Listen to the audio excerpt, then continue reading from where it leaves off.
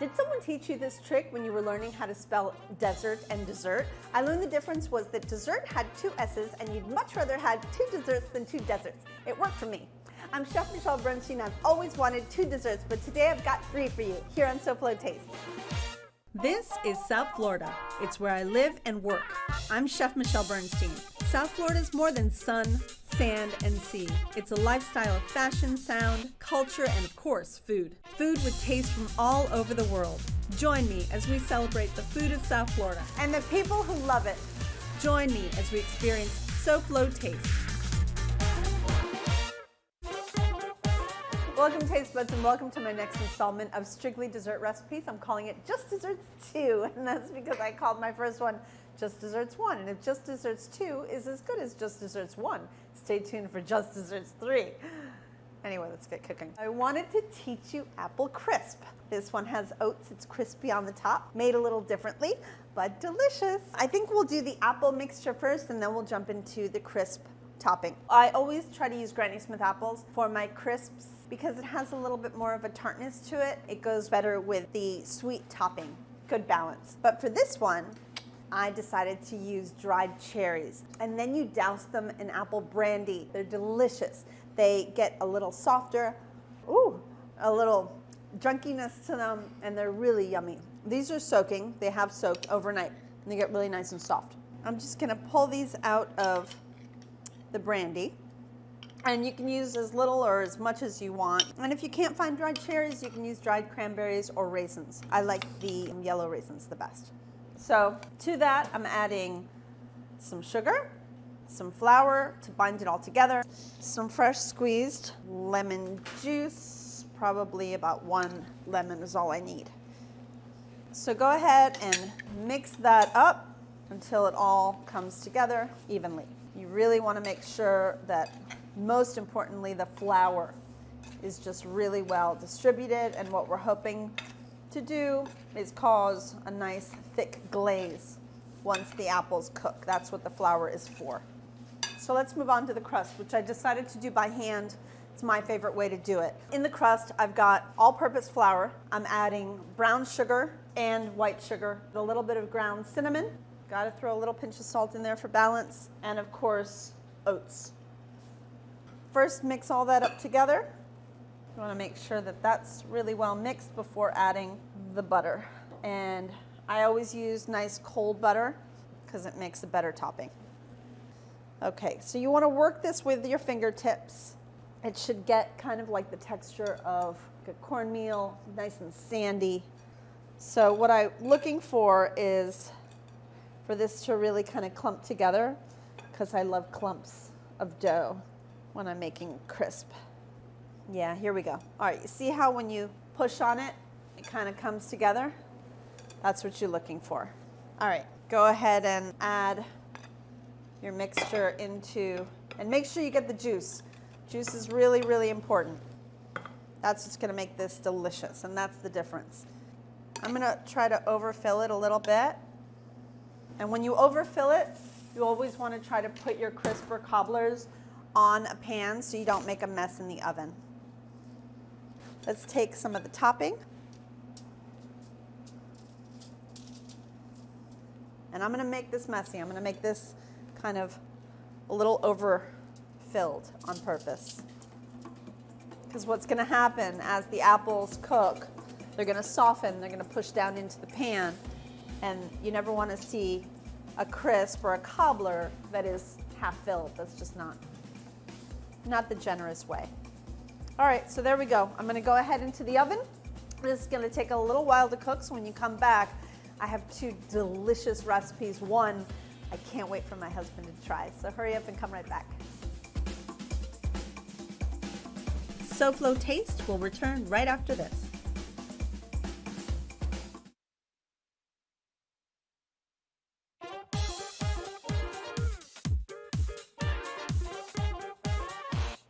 Welcome back to SoFlo Taste. We're here at JA World in Coconut Creek. Here, volunteers are always welcome. JA programs would not exist without the support of volunteers. If you'd like to help our children, please contact Junior Achievement of South Florida at jasouthflorida.org. Okay, back to my delicious sweets.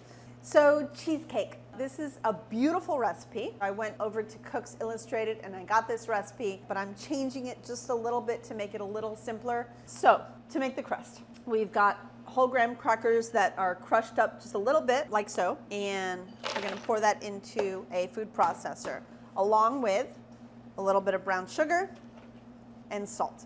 So we're just gonna start turning this into coarse crumbs and then fine crumb. Then I'll add the flour and keep it going.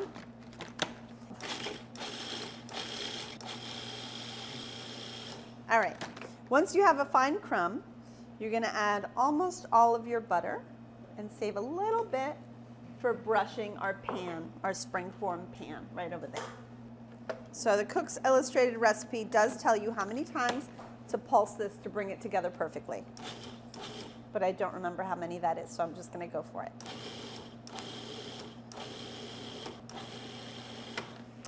It's all wet. All of the crumbs look like they've been wet a little bit by the butter.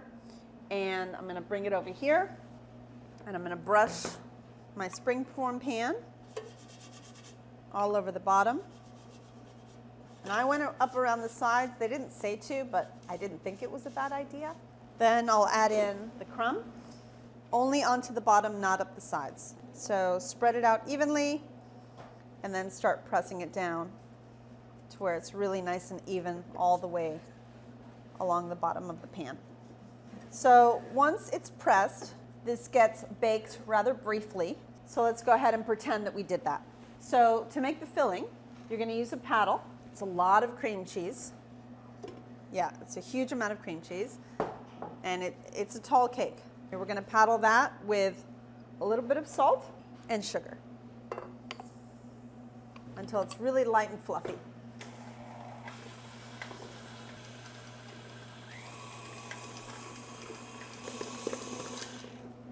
Once that is light and fluffy, go ahead and add your vanilla, sour cream, which I love in cheesecake, and a little bit of fresh squeezed lemon juice. And it talks a lot about cleaning the paddle with a spatula and cleaning the sides of the bowl. This is essential to making sure everything is really well blended together. Once that looks really good, we're gonna go ahead and add the egg yolks and blend that together.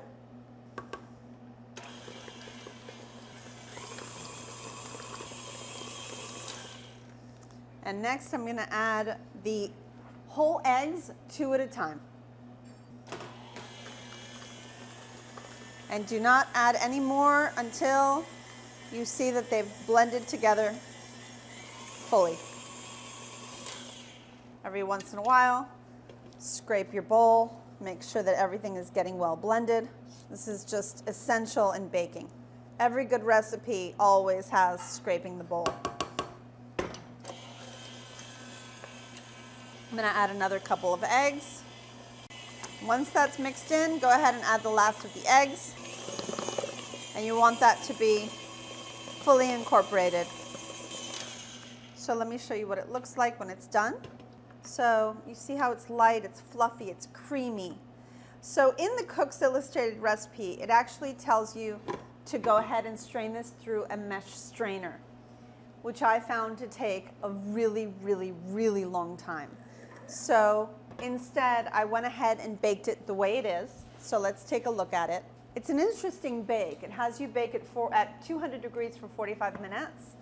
It has you pull it out of the oven, and with a knife or something very sharp, if it has any bubbles, which mine had very few, it has you pop those bubbles, the little tiny bubbles on the surface, and then go back in the oven for quite a while. This took about 2 hours, almost 2¼ hours at 200 degrees, which is very slow. And then once it was ready, it had me go in a 500-degree oven to brown it just delicately. So we'll see how it turns out. We made a little passion fruit sauce for the top, which is just fresh passion fruit with a little bit of sugar melted into it.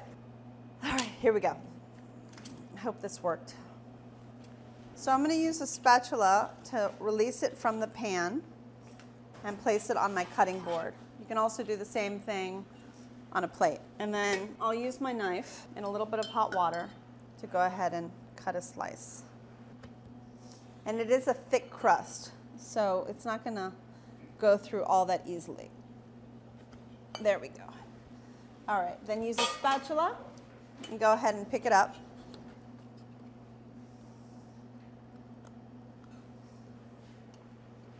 And there you go.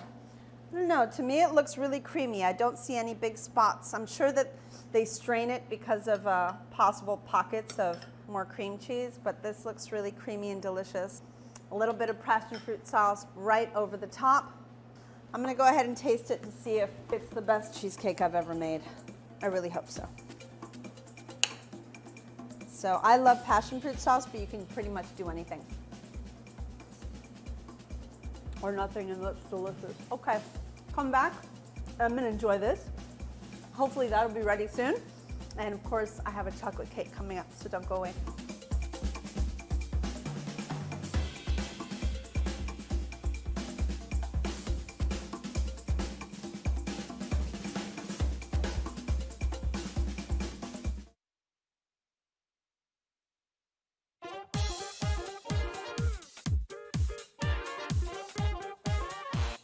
Welcome back to my dessert recipes. So moving into a chocolate layer cake, because why not, right? You whisk up some eggs, some oil, and buttermilk over here.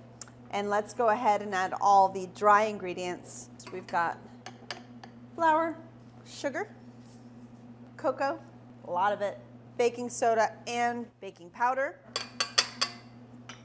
and some salt. Go ahead and on nice low speed, you don't want this coming up into your face. Go ahead and mix all that together. Okay, and I'm just gonna go ahead and pour all the wet ingredients right in. Once that is well combined, I'm gonna go ahead and add the coffee.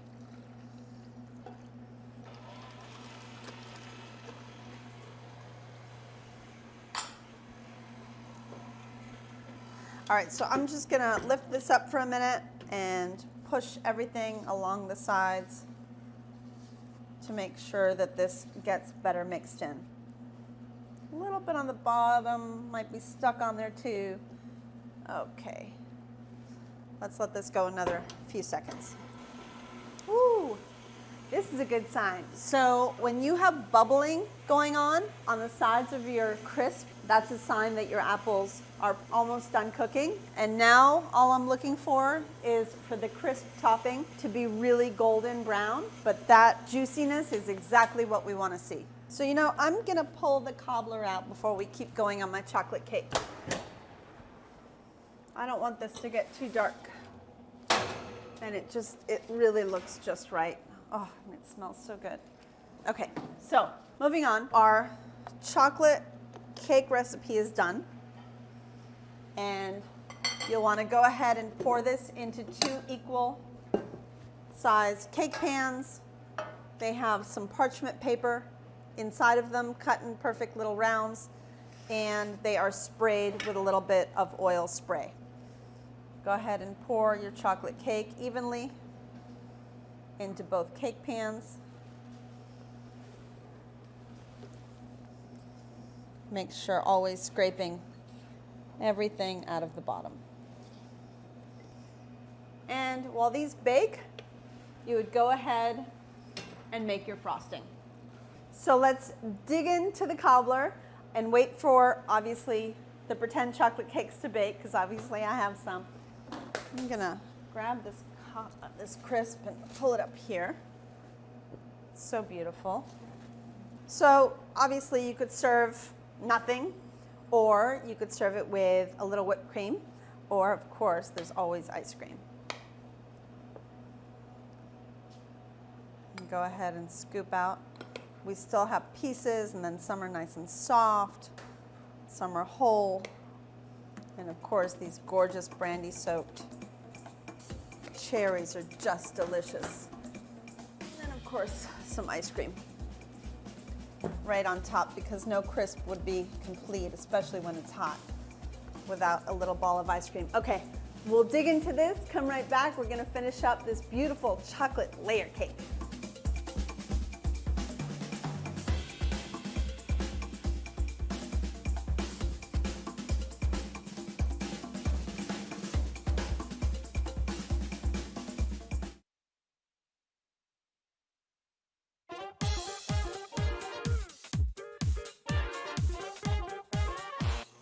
Welcome back to SoFlo Taste, and of course my Just Desserts Do show. I'm in the middle of making frosting for my chocolate cakes, and here we are. So the chocolate cakes turned out beautifully. They're really nice and tender, and if you want to do this part ahead, you can.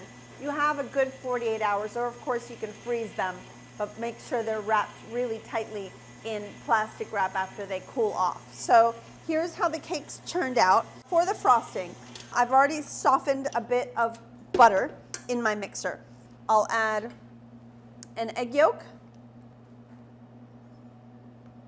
and some vanilla into the butter. And go ahead and start beating it again.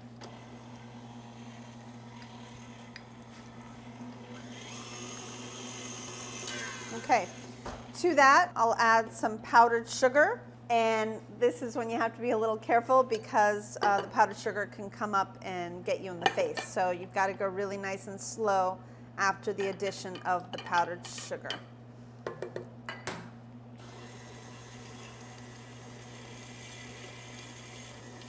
Every once in a while, you're going to want to stop, lift, and scrape. Make sure that everything is really getting mixed because you only have one chance at frosting a cake.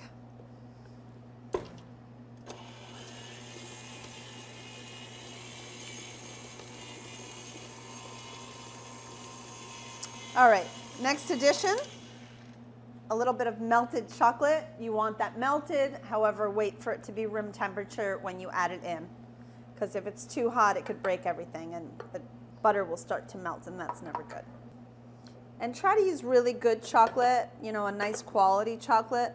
You want like a 62% chocolate, but something of really nice quality. Beat that in. And then finally add in some nice strong espresso.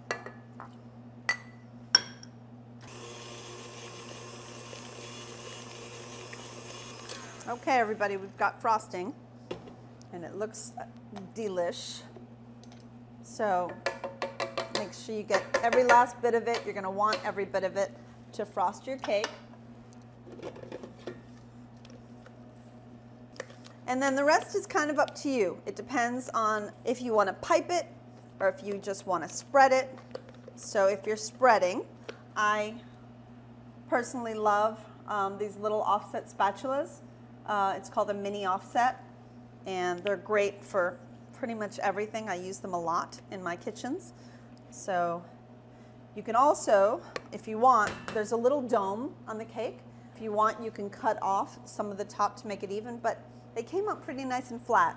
So I'm just not gonna bother making them perfectly flat. When I'm making things at home, I kind of just want everything to be delicious, as pretty as possible, but that part of perfection is not as important to me when I'm making things at home. Okay, so this is our first cake. That's the bottom layer. And that goes right there.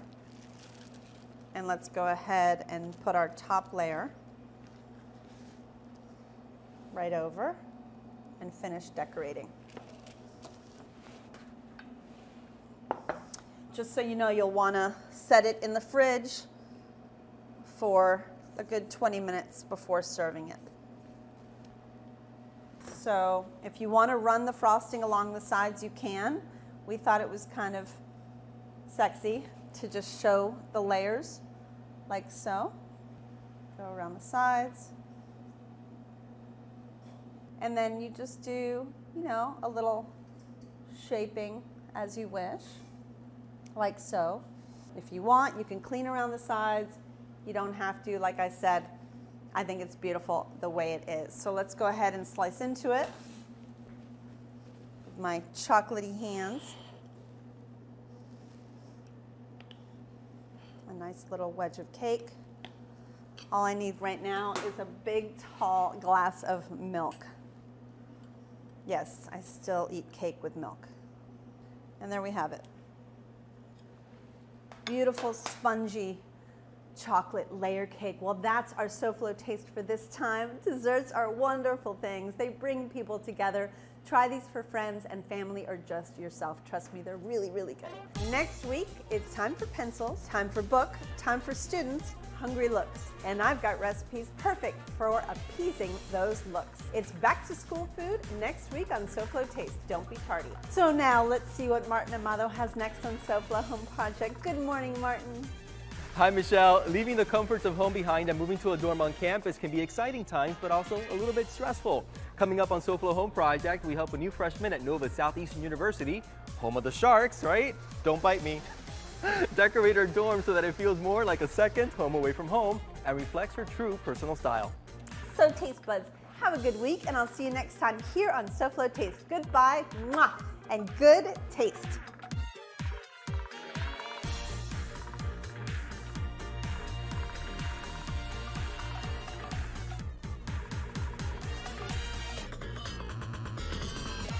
Whipped cream.